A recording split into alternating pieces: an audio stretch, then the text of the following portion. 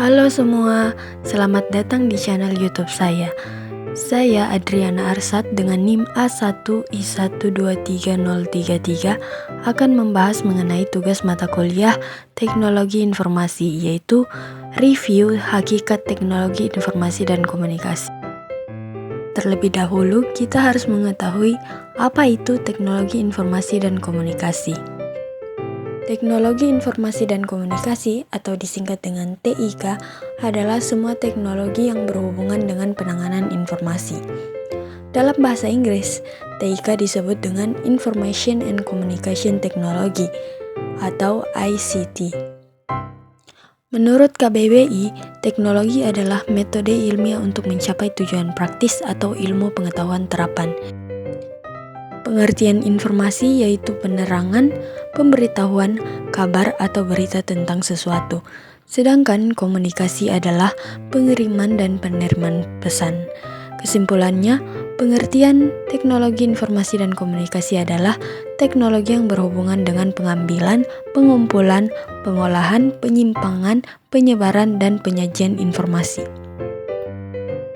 Sekarang kita akan bahas mengenai revolusi industri.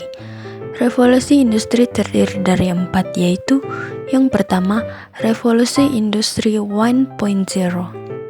Kedua, revolusi industri 2.0. Yang ketiga, revolusi industri 3.0. Dan yang keempat, revolusi industri 4.0. Pada tahun 1784, temuan mesin uap menjadi lonceng mulainya revolusi industri pertama yang merupakan proses yang dimulai dengan digunakannya mesin uap dalam proses produksi barang.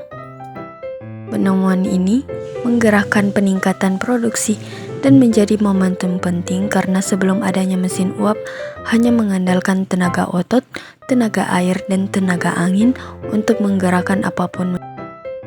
Mesin uap ditemukan oleh James Watt yang merupakan insinyur besar asal Skotlandia Britania Raya pada tahun 1769.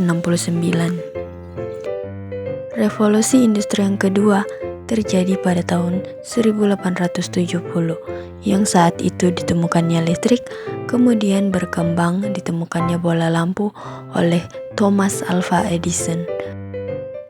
Revolusi ketiga ditandai oleh perkembangan semikonduktor dan proses otomatisasi industri. Dalam tahap inilah berbagai komponen elektronika ditemukan, mulai dari transistor dan IC. Revolusi industri yang keempat yaitu penggunaan telepon antar yang terhubung ke internet dan menjadi peralatan yang sehari-hari digunakan oleh masyarakat. Selanjutnya adalah revolusi masyarakat. Revolusi masyarakat terdiri dari revolusi 1.0, 2.0, 3.0, 4.0, dan 5.0. Pada revolusi 1.0, manusia modern atau Homo sapiens diperkirakan muncul sekitar 70-100.000 tahun yang lalu. Di awal kemunculannya, manusia berkumpul dan bekerja sama dalam satu grup untuk mempertahankan diri dan mencari makanan. Mereka menghabiskan waktu untuk berburu dan berpindah-pindah tempat. Pada masa ini, manusia mulai mampu membuat peralatan sederhana dan menggunakan kekuatan alam yaitu api untuk memasak dan mengusir predator. Hal ini membuat mereka mampu bertahan hidup di alam liar dan memasak makanan. Selanjutnya, Society 2.0. Kurang lebih 9.000-10.000 tahun yang lalu, manusia mulai menggunakan tanah untuk menumbuhkan makanan. Hal inilah yang disebut revolusi agrikultur. Aktivitas masyarakat sudah tinggal menetap, bercocok tanam, membentuk keluarga, dan mengenal teknologi sederhana saat bertani dan beternak. Selanjutnya, Society 3.0. Dengan adanya revolusi industri, produksi kebutuhan barang dan jasa semakin besar, sehingga ekonomi semakin berkembang.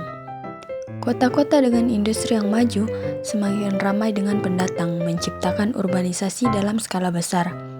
Manusia yang tadinya bercocok tanam dan beternak hewan, sekarang bekerja di pabrik-pabrik dengan sistem upah. Kemudian, pada Society 4.0, dengan ilmu pengetahuan dan teknologi yang semakin berkembang, manusia memasuki era di mana aliran informasi dan data begitu cepat. Jarak ruang dan waktu semakin hilang, komunikasi dan koneksi antar manusia menjadi semakin mudah dan intens. Semua data yang dulunya berbasis fisik, sekarang berbasis digital dan dapat diakses oleh siapa saja dan kapan saja.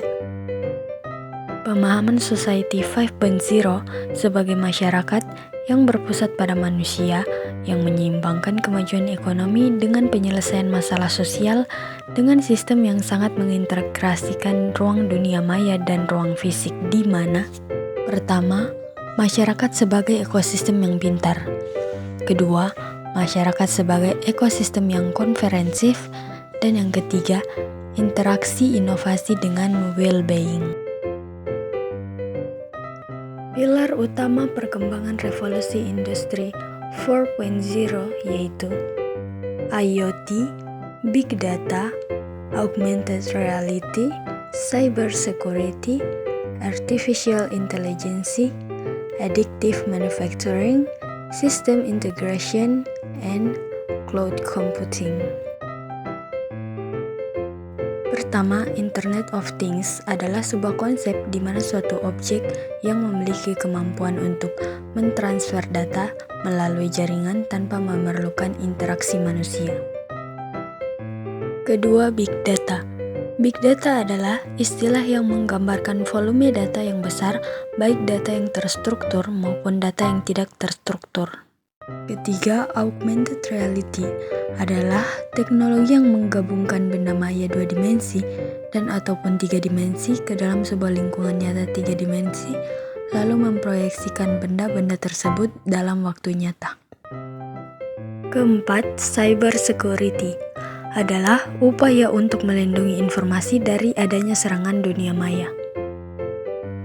Kelima, Artificial Intelligence adalah kecerdasan buatan dengan perangkat sistem yang dapat memahami lingkungannya dan dapat mengambil tindakan yang memaksimalkan peluang kesuksesan di lingkungan tersebut untuk beberapa tujuan.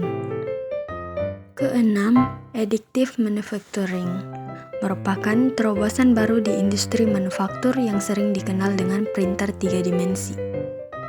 Selanjutnya, Simulation. Simulasi mewakili operasinya dari waktu ke waktu. Simulasi digunakan dalam banyak konteks seperti simulasi teknologi untuk optimalisasi kinerja, teknik keselamatan, pengujian, pelatihan, pendidikan, dan video game. Kedelapan, System Integration merupakan rangkaian yang menghubungkan beberapa sistem baik secara fisik maupun fungsional.